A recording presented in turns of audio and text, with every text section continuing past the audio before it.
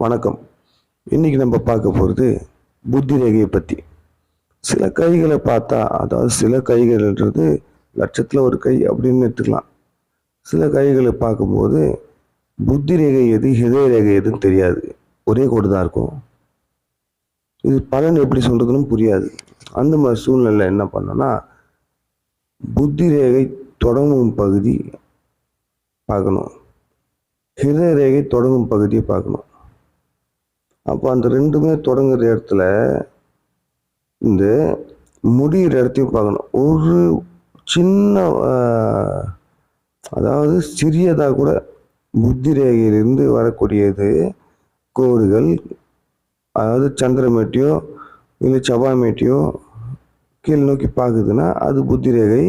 அப்போ அந்த இடத்துலேருந்து மேல் நோக்கி ஏதாவது ரேகை போகுதுன்னா அது குருமேட்டையோ சனிமேட்டையோ பார்த்து போகுதுன்னா அது ஹிருதய ரேகைன்னு எடுத்துக்கணும்.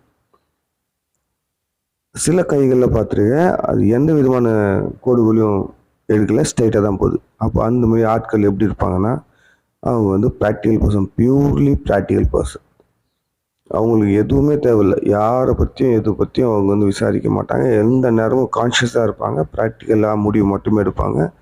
தேவையில்லாத விஷயங்களை செய்யவும் மாட்டாங்க, தேவையில்லாத விஷயங்களை அவங்க பார்க்கவும் மாட்டாங்க. அப்படியே பார்க்குறாங்க, என்னடா அது தேவையில்லாமல் நல்லா இருந்தால் திடீர்னு தேவையில்லாத விஷயத்தெல்லாம் இன்வால்வ் பண்ணுறாருன்னா அதில் அவங்களுக்கு ஆதாயம் இருக்கும். ஆதாயம் இல்லாத எதுவுமே பண்ண மாட்டாங்க. அதுபோல் ரொம்ப ரேர் சைன், அதாவது கையில் ரேகைன்னா ஹிருதய ரேகையும் புத்தி ரேகையும் இணைஞ்சு இருக்கக்கூடியது. இது நல்ல அமைப்பாகவே கருதப்படுது. இதை எடுத்துகிட்டு போகிற விஷயத்தை பொறுத்து தாங்குது. அப்போ ஹிருதயத்துக்குள்ளேயும் ஒரு மைண்டுக்குள்ளேயும் ஏற்படக்கூடிய ஒரு மிகப்பெரிய போராட்டமானது நடக்கும் அந்த இடத்துல.